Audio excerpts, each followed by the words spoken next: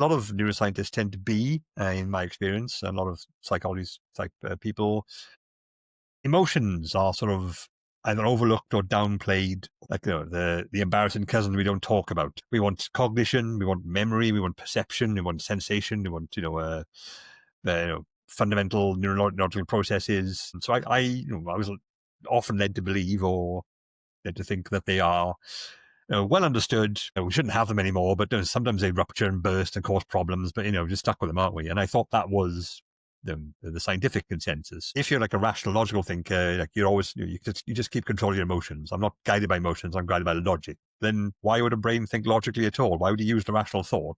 Because it feels good to do so, and feeling good is an emotional response. So without emotions, we wouldn't think logically.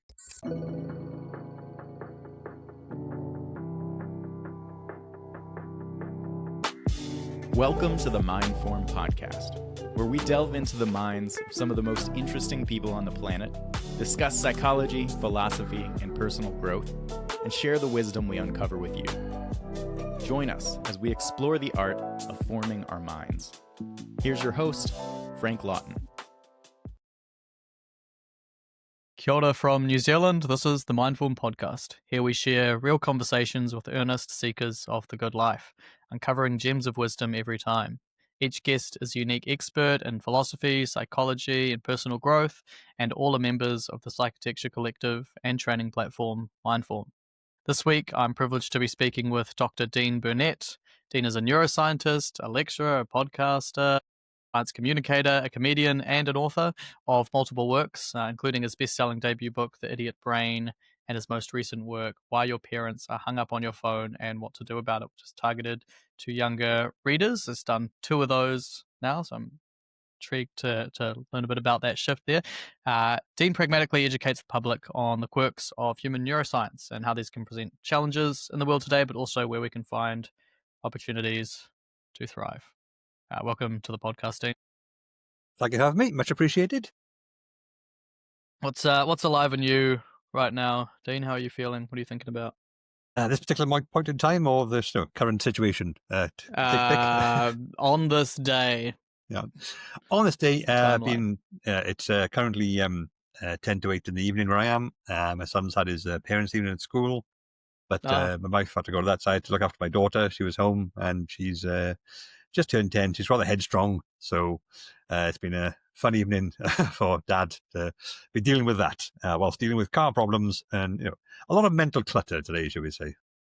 Mm-hmm. A lot of in the moment stresses, which are always fun in a sort of not fun at all way. So yes, it's a relief to do a nice podcast, if nothing else. Yeah. I find this. I find coming on here and chatting to interesting people can be a great sort of moment of escape or change from the daily ruminations and yada yada that come up from all of our responsibilities and challenges. But as well, I want to get started by getting to know a bit more about your journey, your how you came to do all the things you do. What are some key learnings and experiences that have informed what you do today that led you to do your work on neuroscience? Sure, a smorgasbord of things which I encountered and experienced. Bit of my own biographical background from a sort of small working class community in the South Wales region of the UK. One of the former mining villages, so grew up amongst a lot of poverty in terms of economically depressed. Coal mines are closed down. A lot of miners out of work, but also I grew up in one of the local pubs, so I saw a lot of, shall we say, the psychological fallout of impoverished livelihoods and men who have lost their purpose in life. So that was obviously quite formative at a young age to see that, and I do sort of credit that with my interest in psychology, neuroscience, mental health, because I grew up around people who were mentally unwell in many ways, dealing with addiction and depression and loss of purpose. But I didn't have any vocabulary for it. So when I learned neuroscience and psychiatry and mental health, it was, I liken it to like I was raised in the jungle, but then I did a degree in zoology. And I was like, oh, that's a parrot. Oh, that's what I've been looking at this entire time. And you have you have words for what you've been you're so familiar with, you never even Yeah. thought it was unusual. Um, so yeah, that's a big part of how I ended up doing what I do in that respect. Got to credit my own family with my sort of public facing output. The Burnett side of the family, my father and all that, were very gregarious types, very outgoing, very outspoken. My father was the local landlord, hosted all the old the music events and all that, and was a raconteur, shall we say, and all my family were good singers or dancers, performers, and I never had that. I was always I say I had the musical skills of a house brick, as I used to say, but didn't stop the rest of my family. Like they back home, they're known as the Von Krapps because, like the Von Trapps, they sing a lot, even though a lot of them can't and are asked not to. But it doesn't seem to stop them. But I had that enthusiasm. It sort of engendered. So when I developed some confidence in university level, I sort of delved into the comedy scene, and that sort of gave me my interest in public facing stuff. But I never would have done it if it weren't for the fact that I spent 2 years after my undergraduate degree in the medical school as a job, anatomy technician, which involved embalming and processing the cadavers for medical dissection. So my day job was to handle corpses every day. I actually saw my first corpse during a job interview, which is not something most people can say. Which it's a mentally strange job to have. You have to be completely mentally disengaged from your quote unquote specimen, the donor. But then once they've arrived, you have to call their next of kin to sort of acknowledge that you've received them, and they'll get the remains back in a year's time when we do the funeral and everything. And for that one, you have to be totally emotionally empathetic as possible. You go from one extreme to the other. But it also did sort of give me the impetus to try some stand-up comedy. I was always too scared, but then I got to the point of thinking, well, my day job is handling dead bodies. What's the worst that can happen?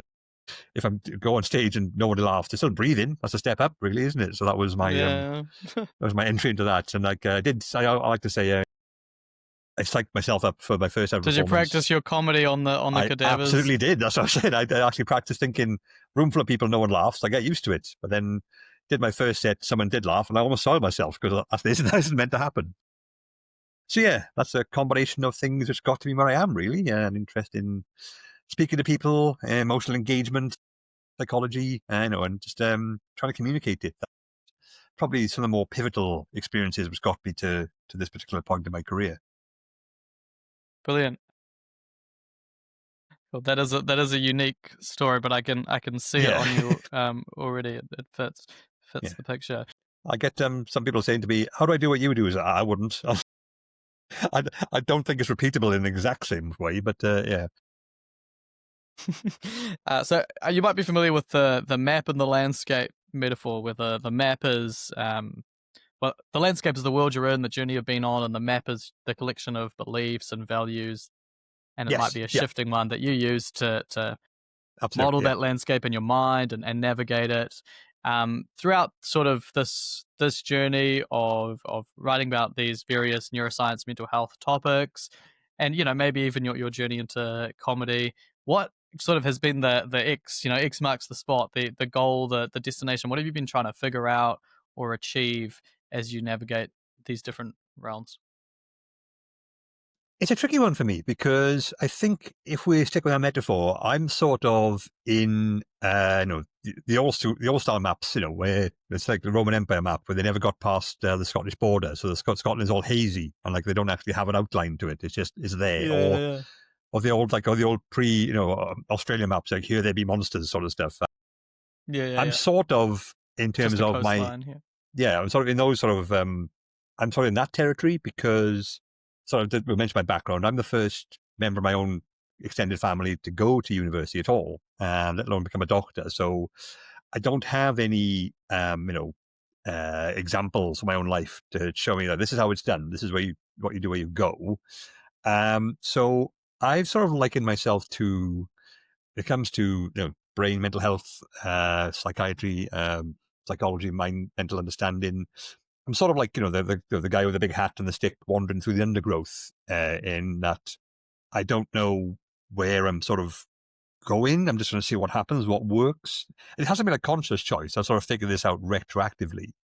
because I did make my undergraduate degree and I sort of understand what that was. I mean, when I first was in school doing my A levels, the last part of formal education, when you're a teenager, I was doing all sciences and history A level, and they kept telling me you should go to university. And I was 17 years old, asking, "What is that? What does that mean?" Mm, So I didn't really have long term 5 year plans in that respect. And then they explained what it was, and I thought, that sounds, I could do that. And then I mm, got to the Cardiff course doing neuroscience. So this is amazing. Brains, because I was always different to my family, as you can see, and I always wanted to know why. And I sort of, my rudimentary understanding, thought it must be something to do with my brain, and so I ended up studying the brain a lot. So actually this makes sense. I'll follow this path. And then I thought, I wanted to. Should I try to be a doctor? I think I could, but then am I just saying that because I don't know any better? So I did the job when I mm, was embalming the cadavers, which wasn't planned, and then even the writing career was accidental. It just sort of came about from me trying things. So in terms of a map, I'm like poking the bush, with a big stick, thinking, okay, what's in here? What's in here? Is this a path? I'll go down here. So I don't really have that sort of thing, that's but I'm sort great. of I getting to it now. Hmm. I love that. I adore that actually. On the last conversation we had on the podcast, um, that was the theme of the conversation. I was speaking to a woman, Alexandra Mateus, who coaches and writes about a shift from a sort of preset goal oriented way of moving through careers and developing skills to a just curiosity, finding out what happens kind of approach. Mm, And yeah, I think I love that. I think that's brilliant. It's not it's no failure to have no idea how you ended up here absolutely. and where you go. Yeah. It's the same thing I've learned about relationship advice. I mean, there's so many people struggling with relationships particularly Hmm. in the Western world where, well, that's difficult, but when it's not culturally imposed by arranged marriage or things like that. Um, the therapist, Dr. Petra Boynton, was explaining that some of the relationship escalator, this idea that relationships follow a set pattern. Find someone, and then after a certain amount of time, you move in together, then you get married, then you have children, then you have your own house, then you have a place in the country.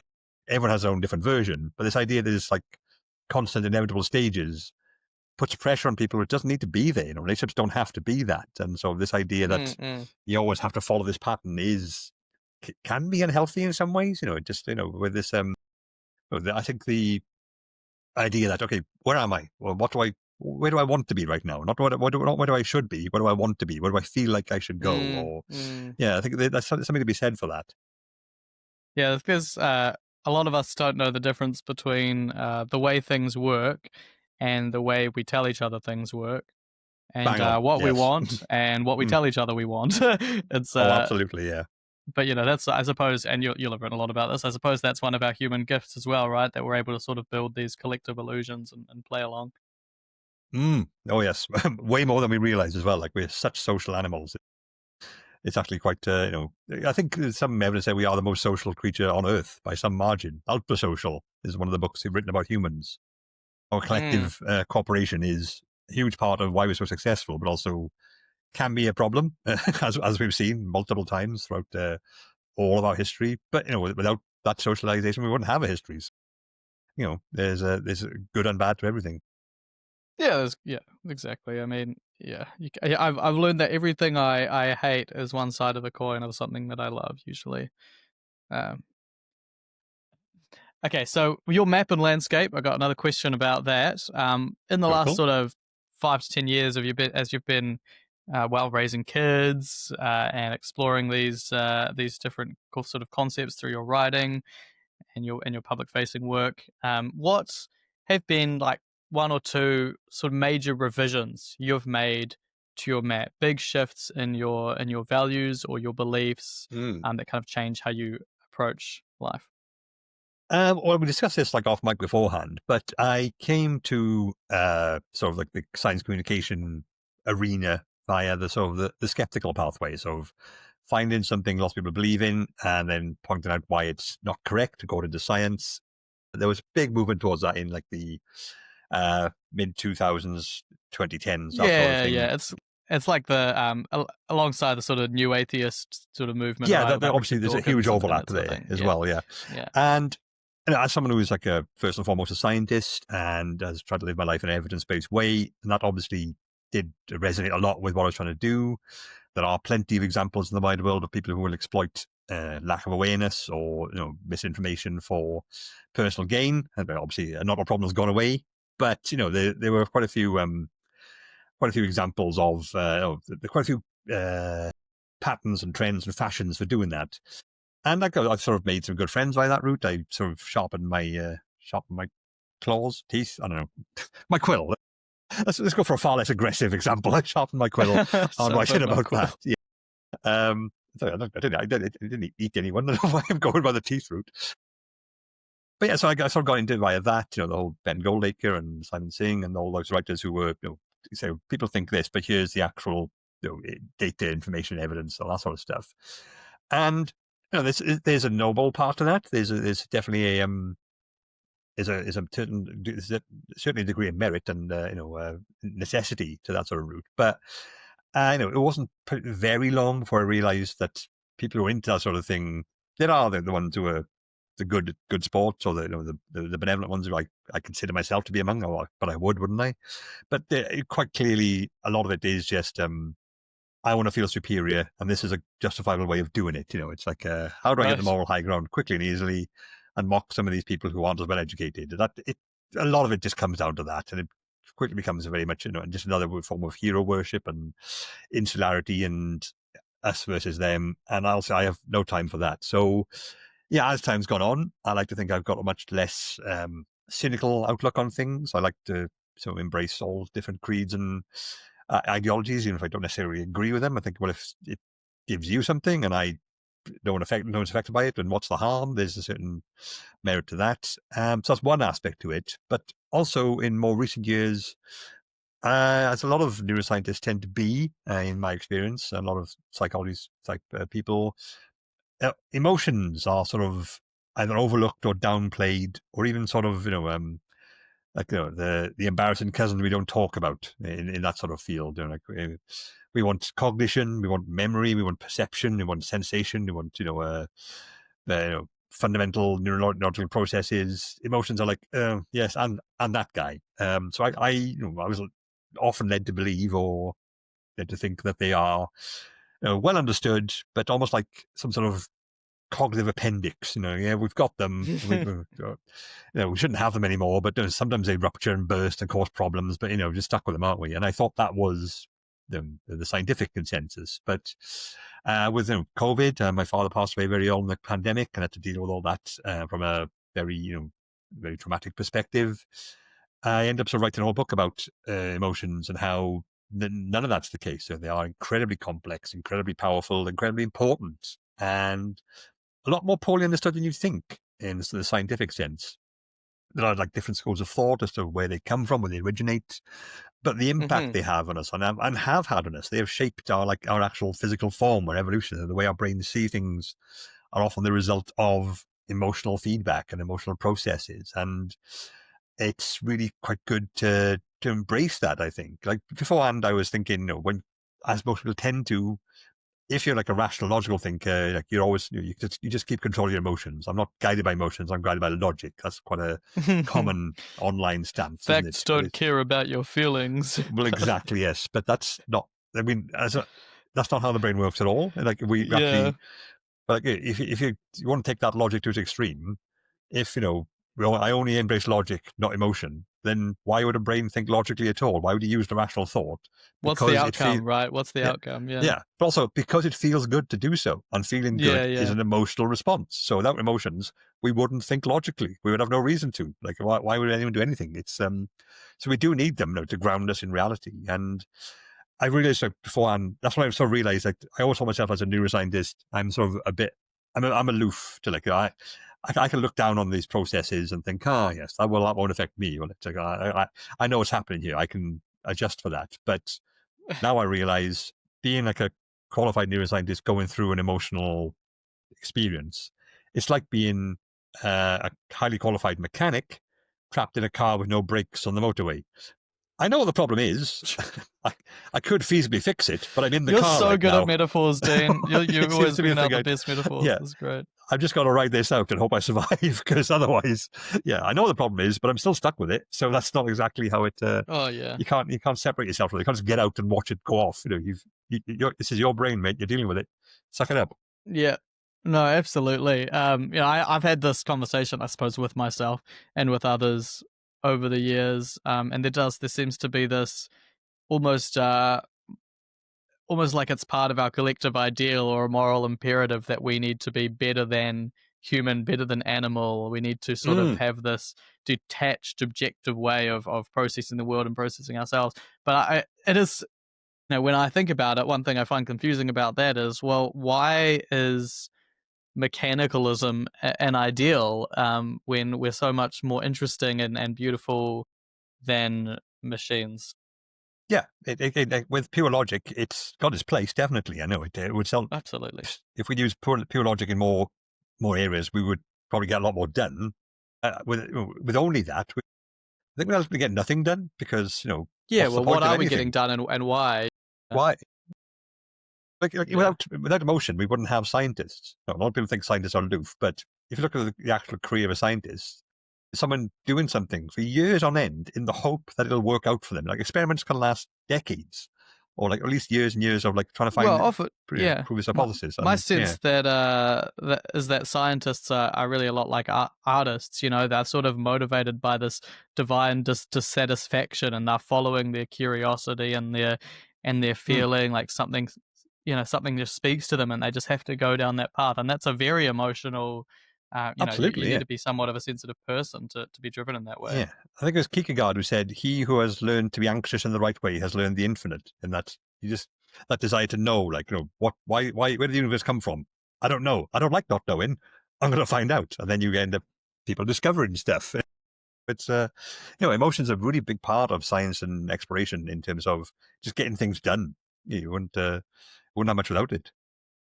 Yeah, as someone who, if you've been through the world of skeptics, and obviously you're a scientist yourself, a doctor, have you, as you went on this journey, exploring the value and the depth of, and just the unavoidable relevance of emotion, how have you found that conversation butting up against like colleagues or other people in that world? When I was in uni, I sort of studying psychology. I had a complaint, I had a dissatisfaction with this sort of scientism, this whole sense that quality science means, and it's especially frustrating in the world of psychology, which is inherently got a Yeah. subjective component, right? Science means non-subjective. Science means sort of underweighting the significance of emotion. I mean, it almost seemed sometimes like there was a denial that consciousness exists or something, but because Yeah. you can't sort of empirically measure it, and I found that inherently frustrating, and I also found that um, there was this extreme confidence and certainty that that scientists sometimes bring from the sense that there's objectivity or neutrality, but you know, sort of as you were saying before, there is always an emotional component. There's always a cultural component, because maybe the results you found is objective, but why were you motivated to explore that question? Why was that the specific result you were hoping for? Whatever. Anyway, yeah. Yeah. What have you found in that world? Yeah, I mean, it's really quite, I think when you look at it from a logical standpoint, ironically, the scientific method should be devoid of Yeah, emotion, because it's a correct. method. It is a, it's an attempt to be as objective as possible and to produce the most, objective, valid data, which that's totally valid. It's in, you wouldn't have an objective weighing scales or a subjective weighing scales. Like, yeah, Yeah, you yeah, weigh this absolutely. much, but I feel this much. Like, so I'll take that into account. You wouldn't do that. That doesn't help. You don't have like a subjective Olympic record. So like, yeah, but he looked faster. That's not a thing. We don't do that. So that's just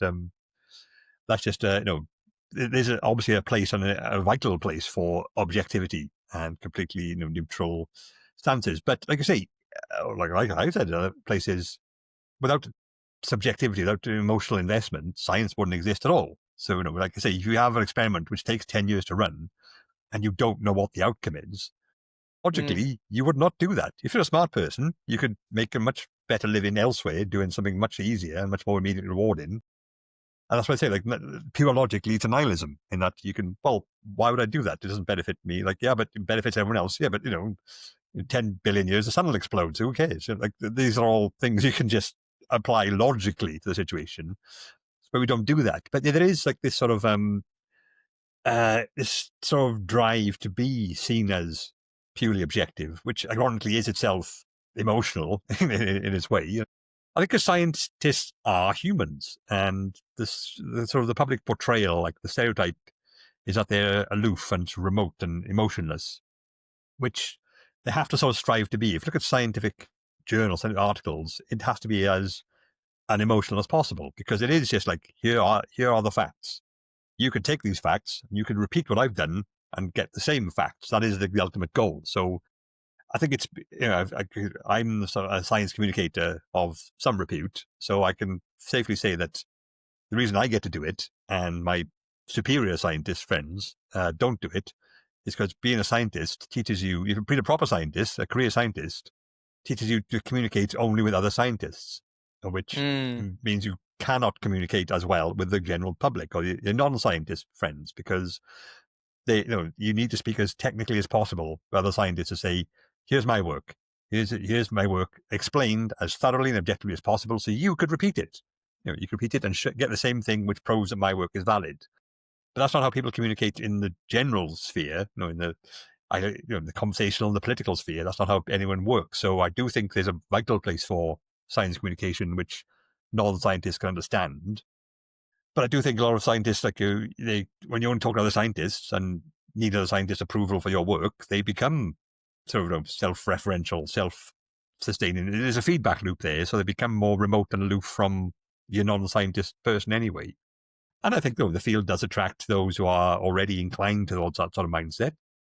Every scientist I've met has been an oddball, a misfit in some capacity. Said the Welsh Valley boy who does comedy on the side. Totally normal scientist. I mean, I think I just get away with it because I look like a scientist. Yeah. No, I'm the worst one. Like I just look like a scientist. When you tell kids draw a scientist, they just draw me. I've never met me. Yeah. I'm a bald guy with glasses. That's what a scientist is. That's Dr. Bunsen's honeydew. He's just a bald guy with glasses. That's all he is. He looks like a scientist because he's a muppet. Yeah. So yeah, I do think there's a lot to be said for that. Yeah, it's a very the idea that science is all above everything. It's part of the world and has to be. It should acknowledge it more and accept that and work with it better. That's the view. Yeah, it's not about whether those biases are there. I mean, I've got no concern about that, but it's definitely the acknowledgement, right? It's if you get that sort of insularity and you get in that identity and that habit of communicating, feigning, aspiring to objectivity, then there's the risk of forgetting why that's the topic that you're interested in or why you're doing it. And that's just an important part of that whole, I see that knowledge attaining journey as like, okay, there's that first thing of I'm encountering something that's sparking curiosity or dissatisfaction. Then I'm asking a question.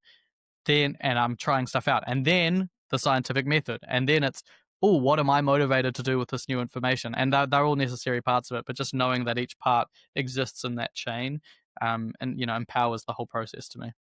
Yes, totally. I think there was one moment which I realized that this whole aloof approach is not great. I think it was back in the glory days of Twitter. And some of the skeptic community, they're arguing about homeopathy, which is the go-to whipping boy of the skepticism. Yes. And with reason. I mean, it doesn't make any logical sense, but that's by the by. But someone was arguing, someone obviously there's a bit of overlap with some of the community, and someone was defending homeopathy, and someone made a joke about a fish, and they said homeopathy is not a fish. And that became a trending thing, mocking this person who said that. And I found the person who said it. They were like some small Indian person with 12 followers, from the subcontinent.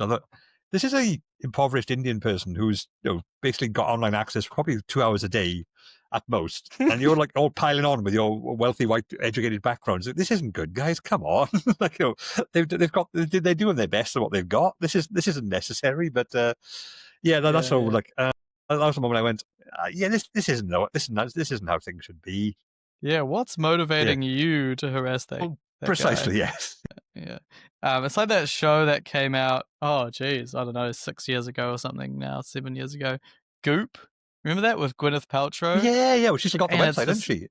yeah, Yeah, yeah, it's this her and her sort of just this crew of friends that she has, I guess, and they're exploring all of these really fringe alternative kind of health and wellness concepts like getting stung by bees yeah, and some more credited as legitimate now than others, like the Wim Hof method, but then also like I think drinking breast milk as an adult, human breast milk as an adult, just yeah, various peculiar things. And I remember just I watched it. I thought, oh, this is so funny. This is cool. This is neat.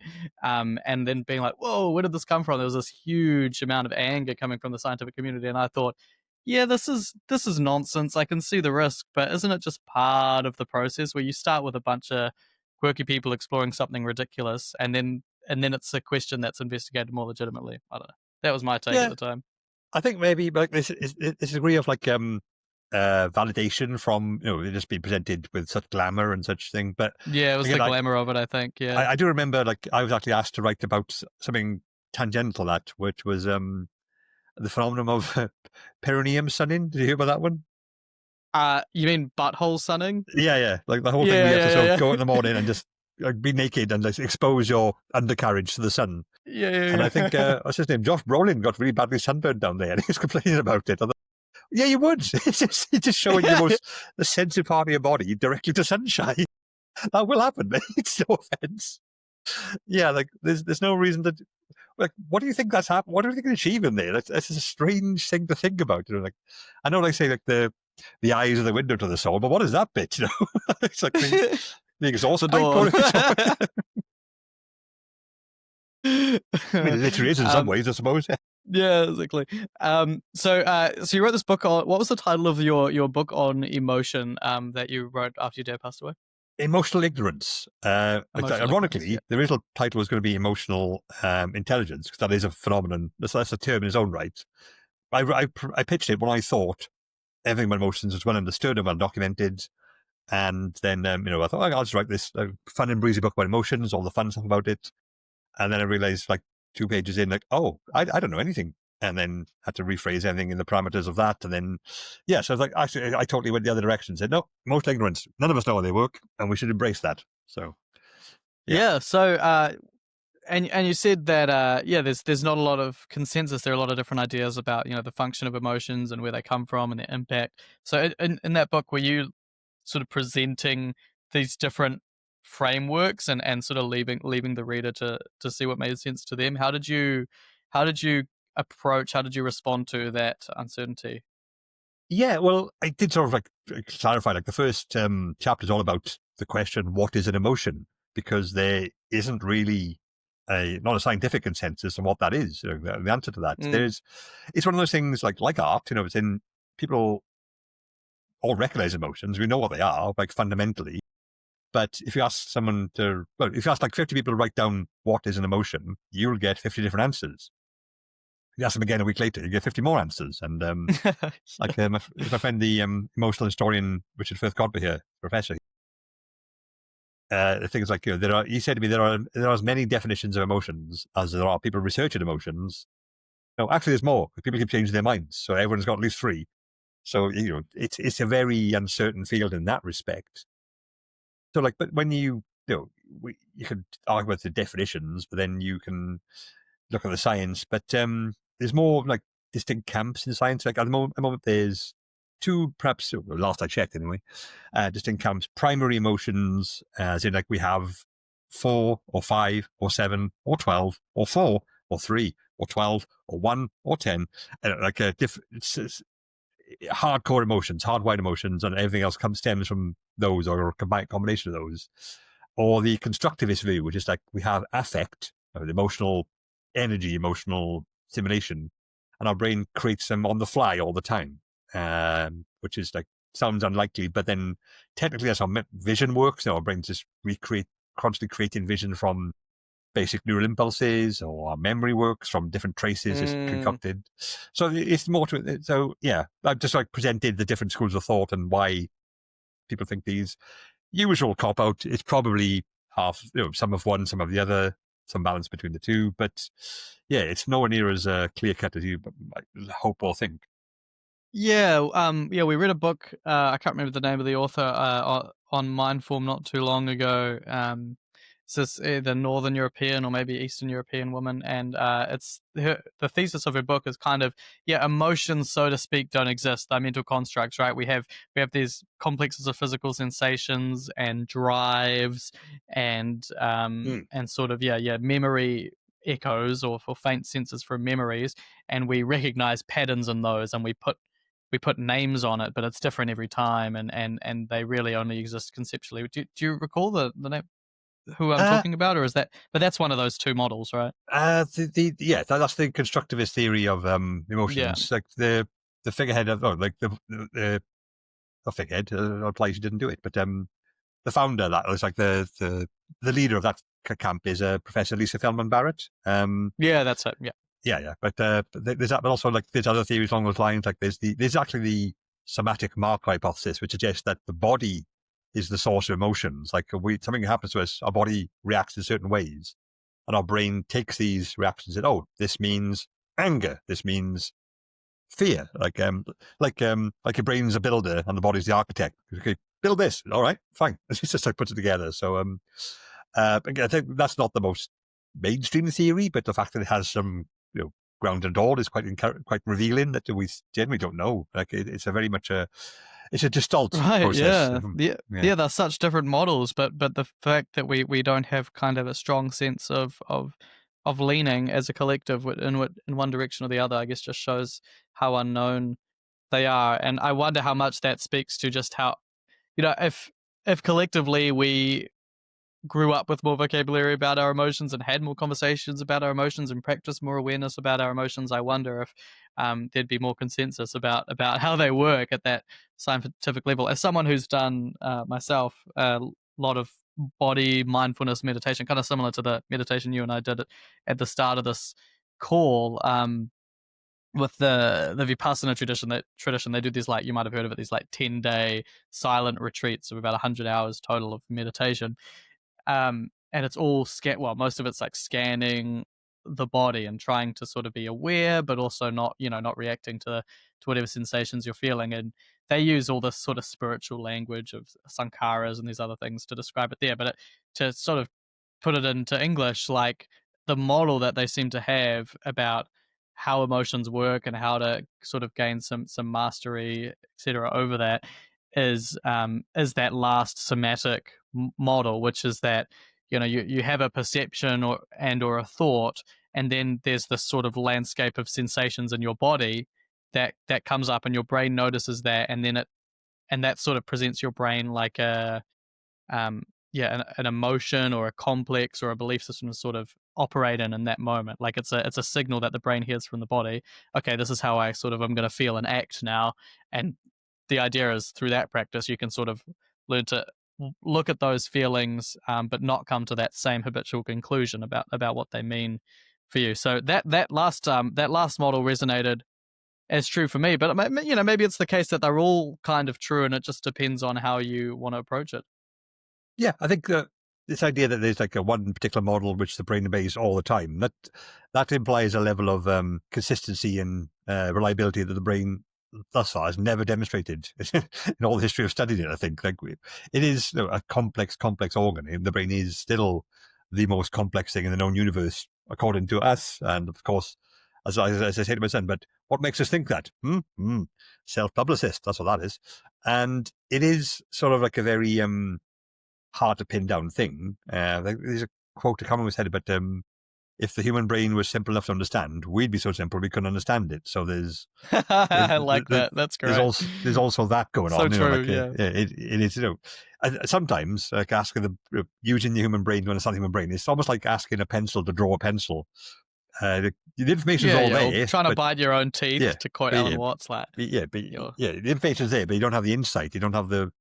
Or like trying to look at your own retina. You technically you should be able to, you can't because it's too intimate. So there's that aspect of it. I think that's where meditation becomes useful. In that, at the very least, what you're doing is your brain's constantly doing everything. Like at least you're shutting off the external stimuli to give yourself something like, right, what resources the brain have, let's put those inwards. Let's like do some maintenance. Let's pay attention to the processes that we often ignore because they've been overwhelmed by sensory stuff, pondering, predictions, reminiscence, all that sort of stuff.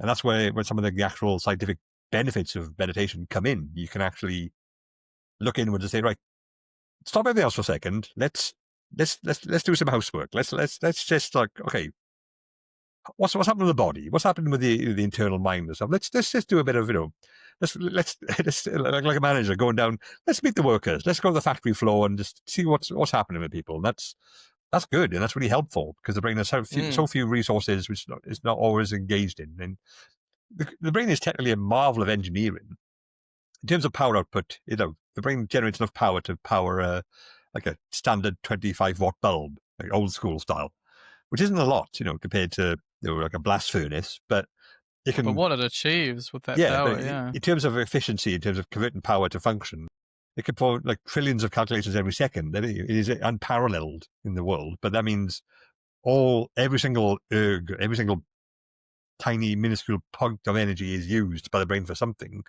So if we can just stop it being sent outwards, send it inwards, then you can do more with that. You give your brain a chance to patch things up, repair, and just always reinforce, maintain, just maintain that awareness. So it is like a muscle in that respect. If you don't use it, it doesn't get any bigger. But if you do use it, then it could.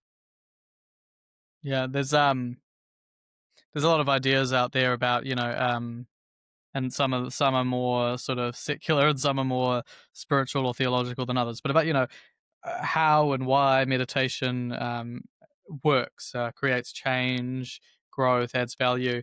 But that description of it is a it's agreed across the board, and it's the most basic functional at the most basic functional level. It's like, yeah, you're paying attention to yourself. You're using your brain's resources to understand your brain's resources, and you're going to learn a bit. You're going to make a bit more sense of it. And you're currently, you said to me before, before we were live, that you've been meditating for the last couple of weeks, and you're currently writing a section about mindfulness and meditation in your upcoming book, right? Yeah, meditating, doing some sleep meditation. Actually, my son got into it quite a while ago, and he said it works. But I thought, he's 13. What does he know? Turns out more than me. But I thought actually, my sleep is a bit out of whack. Because I'm always thinking of. I have so much work on. I'm trying to think of everything, and I got a lot of stuff in my head, so it does tend to keep you awake. So I thought, I'll try that, and it does work. Just disengaging from the distractions for a bit. But yeah, for the next book, I am writing sort of like a section on meditation, and if you go back to my classic metaphors, the metaphor I've come up with is that if you're like your mind, your brain is a restaurant, your mind is the owner of the restaurant, the guy in charge, and the fundamentals of your brain, the parts which like keep everything running, they're like a big greenhouse out back, automated, which provides all the produce for the restaurant. So every morning, several big boxes of fresh produce from this greenhouse, which you use to run the restaurant. So of course, if everything's automated, all the plants are maintained by robots and software and everything. So you just keep getting vegetables turn up all the time. So you haven't got to worry about it. You just deal with the orders, customers, deliveries, advertising, staff rotas and stuff. But occasionally, you might want to sort of, how about this closed restaurant today and go check the greenhouse? And you go in there and like, oh, this lettuce spilled 3 months ago. Now it's a slick on the floor. Now half the machines can't work. And this arm is jammed. And there's one big potato clogging up everything. Meditation is doing that. Going, let's just check the greenhouse for a second. Let's just take some time, ignore the restaurant, look at the greenhouse. Oh my God, look what's going on in here.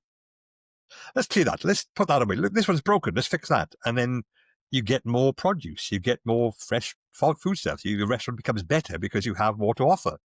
And as a result, you do that occasionally, you do it regularly. How about I spend an hour a day just going to the greenhouse saying, all right, what's jammed? What needs looking at? What's working? Is everything flowing nicely?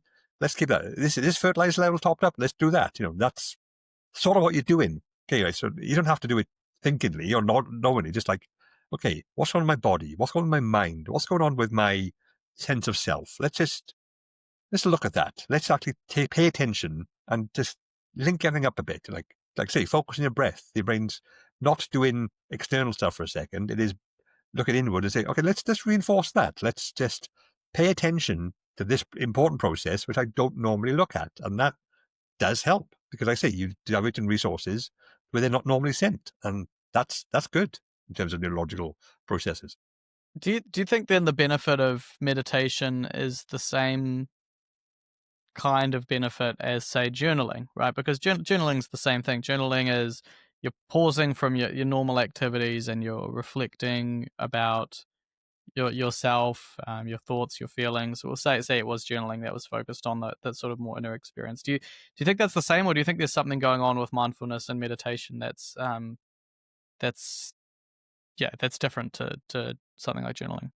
There's a bit of overlap. It was journaling, like you are still thinking of things that have happened to you. You're going through memories, you're going through experiences, emotional events, and then articulate them in a way which puts them on the page. Which has benefits in its own right. Like that's way to process emotions, to process memories, to process experiences you've had, and so on and so on. So I think there will be similar benefits. But when it comes to actually meditation, you are actually shutting off, like not all external stimuli because you can't, but in terms of again, unless you go to a retreat where total silence or sensory deprivation stuff, but you are sort of looking inwards deliberately. Whereas I think journaling makes you look inwards indirectly. Meditation does it directly, so you probably get more of the certain benefits that meditation offers. Right. That journaling wouldn't so much. You probably won't get as much insight from journaling. You process the feelings, but you won't sort of be as aware of them. I was like, mindfulness is like being aware of where you are right now, which journaling is logically something that has to be retroactive because it's stuff that has happened to you now. So journaling's like organizing your thoughts or feelings about your inner experience, where meditation is kind of directly observing your inner experience so that you can have more information to then work with and do things with. What have you found? Because one of the things that I understand as a benefit of meditation is sort of refining that muscle, that skill of being able to intentionally direct your attention, right? Kind of to choose what to focus on, and also to kind of the art of sort of delaying a response to that sort of, the gap between stimulus and response, to sort of that Viktor Frankl quote. Is that something? What have you found as you've been? It seems like you're still writing this section, but what have you found in your research that are sort of well understood benefits to meditation? Is what I talk about just now, is that something that has been observed? It's one of those things of, look, I mentioned the brain's like a muscle, and most people use that quote, but it's you can even say like the muscle is like a rudimentary brain, because when you make your brain do something, it just by over time and process, it becomes better at it. So when you are meditating, you are controlling your attention. So the big part of it is not paying attention to the things around you, distractions. It is like directing your attention inwards or not inwards. It's like, just neutralizing it or focusing on breathing. Depends what type of meditation you're doing. I know there's like focus attention, there's like broad spectrum attention, just like reacting to whatever's around you in a sort of very neutral way. But whatever it is, you are working on controlling your attention consciously, so to not be distracted or focused on stuff. And when you do that enough, if you meditate often, you will do that enough, your brain becomes just better at it. And that's a rule of thumb you can apply to most things. Like one of the sort of weird scientific findings which keeps popping up is that people who listen to heavy metal music are, by and large, the least angry people you'll ever meet. You think, logically or objectively, you think, what? They love angry music. That's so cool to know. That's awesome. Yeah, they must be furious. But it's because they spend a lot of time embracing an art form which induces anger, but in a neutral, safe way. So like you in the mosh pit, or I'm not a metal fan myself, but I know they learn how to keep their cool whilst feeling anger, basically. Yeah, right? but again, back to the brain as a gym metaphor, their brain gets a lot of exercise dealing with anger. So when something in the wider world happens which makes them angry, The brain's like, I got this. It's like asking a weightlifter to lift like 5K. Yeah, I can do that. That's fine. And therefore, they don't have that sort of hair trigger that some people have. And the same thing with meditation. If you are, in a purely neurological sense, stripping away or any spiritual or ideological aspects, if you are spending time using your brain to sort of not pay attention to external stuff and looking inwards and just like being focused on one particular thing for no sensory or emotional reason, then your brain will be better at doing that. That'll apply to your wider, the wider world, the rest of your life. Because once you've got that ability, it only goes away if you don't use it, and you would use it because you're regularly meditating. Yeah, that's what I find. When I sort of have a more consistent, regular, frequent mindfulness meditation practice, I just noticed that I noticed more often feelings that are coming up inside of me, like before they sort of become a behavior or whatever. It's like, oh, I'm feeling this. I'm feeling this in my body, or I'm having this thought because I'm just spending a lot of time watching my feelings and thoughts. So I guess some part of my brain just keeps doing that, um, and that's good info to have as I go through my life. Totally, yeah. But it's a good skill to have. Just like check yourself or you wreck yourself, as some people say. But it is it's a wisdom in that. Okay, I'm reacting like this. Is that a good idea? Maybe not. Your brain's always doing that anyway. There's emotional feedback, there's emotional appraisal, there's all processes. But if you can consciously help it, then you get a lot more done. Well, you as someone who's had a lot of time looking into the vulnerabilities and the biases and the weaknesses in that during your skeptics phase of research.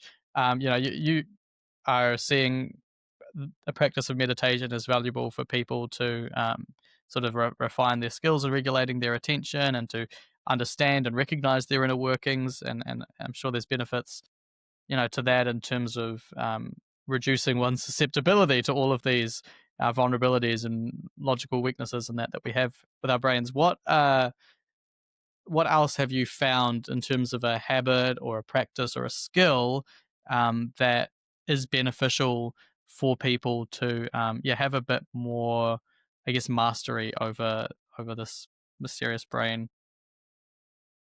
There's quite a few things you could look into in that respect. I mean, I do think stop and ask yourself, why do I want that? Why do I think that? Why do I feel this is important?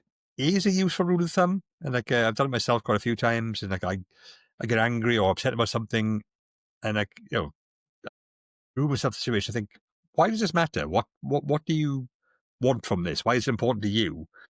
And that is, it doesn't work in every situation. It doesn't apply in all contexts, but it can be a useful tool to sort of just avoid some stresses you wouldn't have to, you don't necessarily have to deal with. So that's part of that. I do think that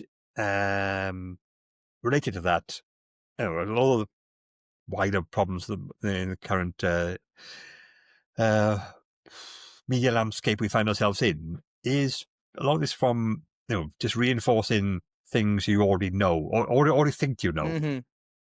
Again, I think when it comes to reading anything about an issue you care about or don't even, Yeah.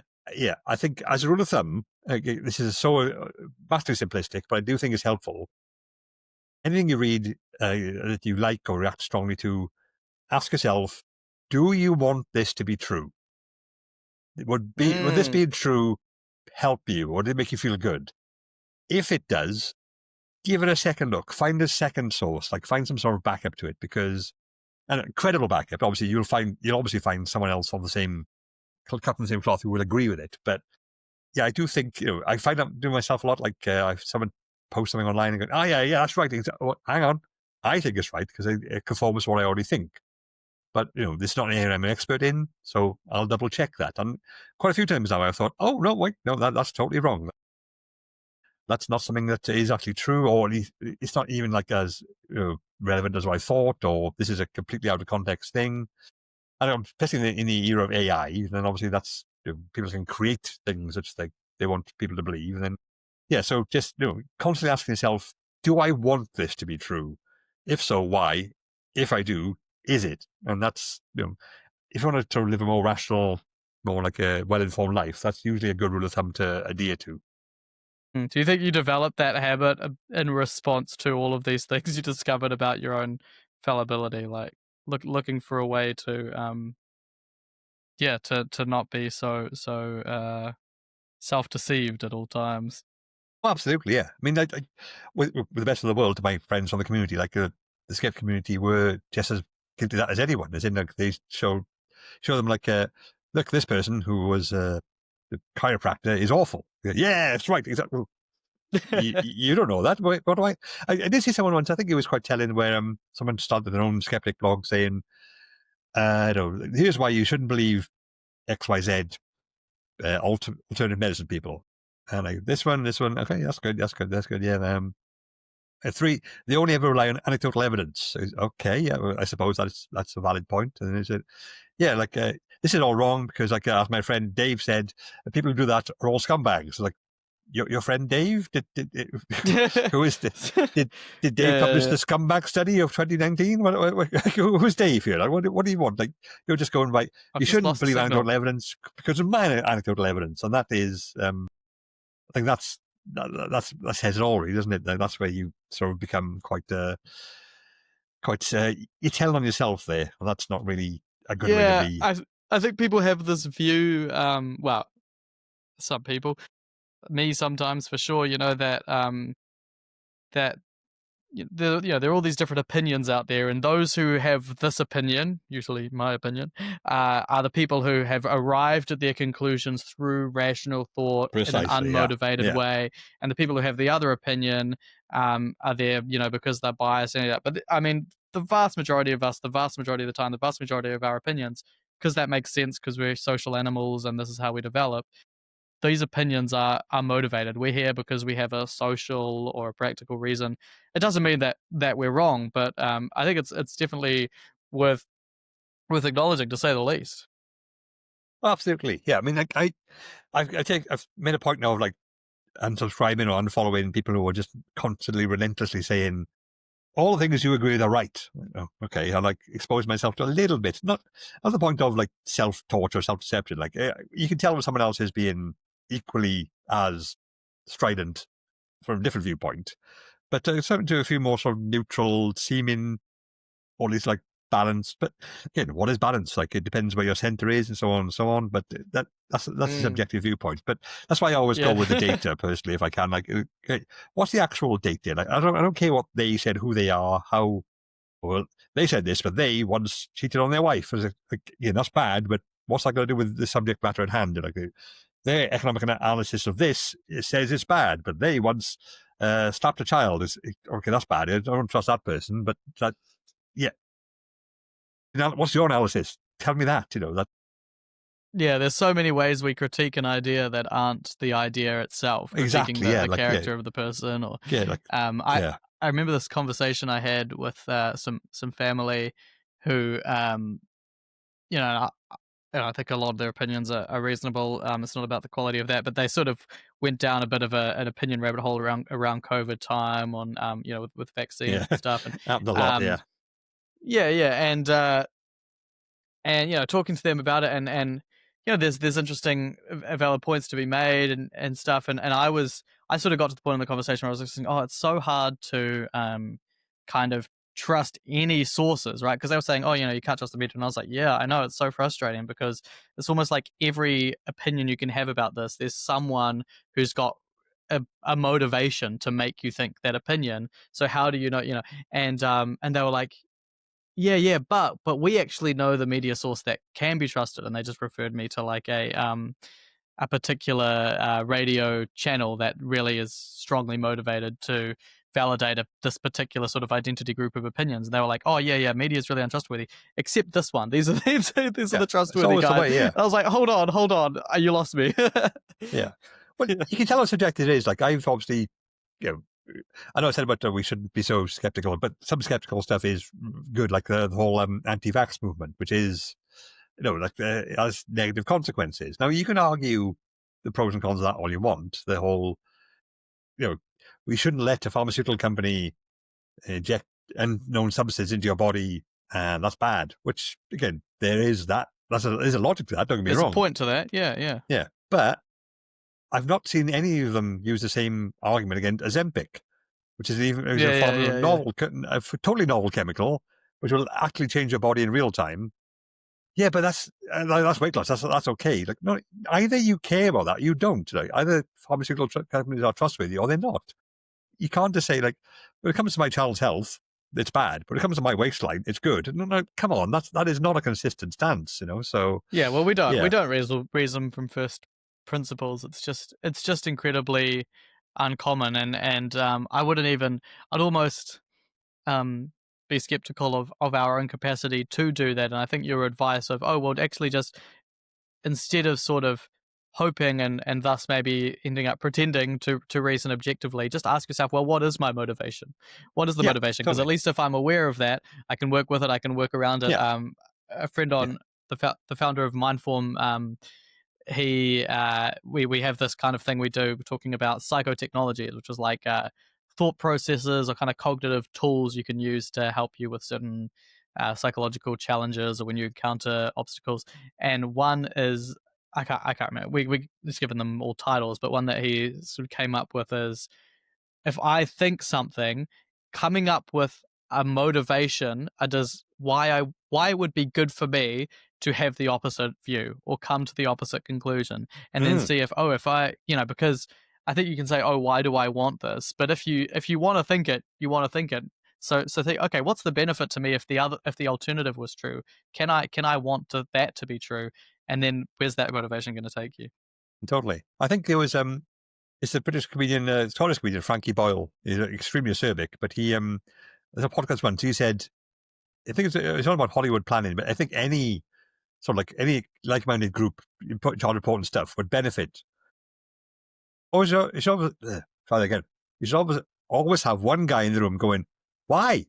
Whenever was anything, just why? People hate that guy, though. Yeah, exactly. It'd have to be a high-paying job. It's like that guy wouldn't have any friends. But risk pay, danger pay. It's like that. I mean, the first image that came to mind when you described that job position to me is perhaps seen that meme where there's like a boardroom and everyone's trying to time out something. There's this one guy who posts a question and then there's like a shot of him getting thrown out the window. A logical question, just hurled out the window. Yes. Yeah. It's a dangerous job. Exactly, but groupthink is a genuine human phenomenon, and therefore, when you get like-minded people together in the same room, you will get an objective outcomes. Like in the Enlightenment era, science advanced and stuff, but for long periods, scientists was the domain of rich old white men, and they tend to have similar opinions. Therefore, the idea that women could do math was this scientific fact for long. So women couldn't do math was a scientific fact for a long time, even though it's not true at all. So, you get these things of, if everyone gets together and has the same mindset, then you don't get an objective viewpoint because people reinforce their mindset. It doesn't dilute; it gets reinforced. It's part of the similar sort of group. So, I suppose that speaks to the value for the sake of the science, rather than just from the justice perspective, like the value of trying to proactively encourage diversity of different kinds, whether that's like wealth diversity or gender diversity or racial diversity or cultural diversity in academia, right? Because then at least there's multiple biases that aren't all put in the same way. Yeah, multiple, they can cancel it out. So if we all don't agree on men are better, white people are better, then that's okay. What's left? let's go that route. Yeah, diversity is really important when it comes to arriving at quote unquote objectively correct conclusions, or at least more correct. Oh, I'm a bit sad. I've been a bit caught up in our convo, but we've about come to the end of our time. Lord, yes. So I want to, but there's a couple of questions I just want to get in before we close up. One is just for the people listening and who are curious about you. One, how can they find you? And also, what's this thing you're working on at the moment where you're looking at meditation? What's the book that you're working on? Well, Burnett.com is my website. It is looking I think it looks quirky, but I've been told it looks old-fashioned and professional. But I like it. get in there now before it gets updated by people who were telling me this. So all my stuff's on there. I'm going to update that soon. January 1st, 2026 is the publication of the 10-year anniversary of The Idiot Brain, my first book, which Oh, yes. has been published in 30-plus countries so far, in all just main languages, which is unprecedented in my life, my first book. So like that's coming out, so I'll be doing stuff about that. Currently working with the venture capital fund Pink Elephant, looking into expanding access to psychedelic therapies internationally. So, I wish we'd talked about that. I know you mentioned that in the prequel, but it's only I'll come back, don't I? If you want to come back again, I'll you're happily talk welcome about to. that. Yeah. That's something I'm very into. I went to the 2022 Wonderland psychedelic conference in Miami, which was extremely eye-opening.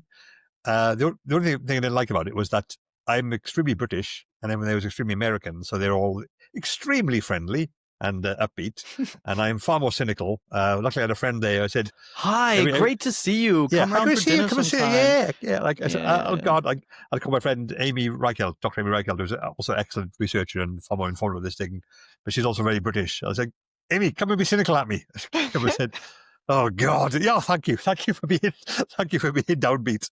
This is amazing. Like a little island of cynicism in a calm of a sea of unprecedented positivity. So that's something I'm into. Yeah. Yeah, awesome. We don't have much time, but I was just had a thought. What's a short word answer to this, or a few words answer to this? Is there a quite a bit of overlap in your mind? Because I see there as being between sort of psychedelics and mindfulness, and the type of work that happens there, the thing that goes on in the mind. Are there similarities? Yeah, neurologically, both involve suppressing the default mode network, which is sort of like keeps your brain locked in place, essentially. So, yes. Yeah, cool. Let's watch that space. Maybe we can have another conversation about that sort of specifically. I'm around. Awesome. Okay, last thing for me and for anyone listening, what is one insight that maybe is underappreciated that you really would want people to appreciate, that you want to leave people with, or maybe a piece of advice? Quite a few things, but I think I'll have to go back to the thing we just discussed just now. If you see something which is like, oh yes, ask yourself, do you want it to be true? If you do, why? That's the only thing I can say. Like, it might be true. Yeah. It might totally be true, but like, if you want it to be true, question it twice, thrice even. So that's a way to just make sure that, it can totally be valid, but make sure it is, because when you want it to be true, you're far more likely to be fooled by something that isn't. And that's man, you're I bet you do that to your kids all the time, and they find it so annoying. My son has actually complained about that exact thing. Yes. Yeah. He always asks my wife for stuff. He's like, "Oh, Dad's better at arguing." So that's awesome. We'll definitely keep that up. That's great. Great. Okay, thank you for your time, Dean. It's a real pleasure having you on here. Much appreciated. Thanks for listening to the Mindform podcast. I'm Ryan A. Bush, founder and author of Designing the Mind and creator of Mindform. Mindform is an exclusive community and training platform for sculpting your psychological software. Members get access to a group of like-minded psychotechs, including all of our guests on this podcast, gamified growth tools, events and retreats, and a collection of transformative programs for mental health and self-mastery. You can learn more and apply to join at mindform.io/podcast. I hope to see you inside.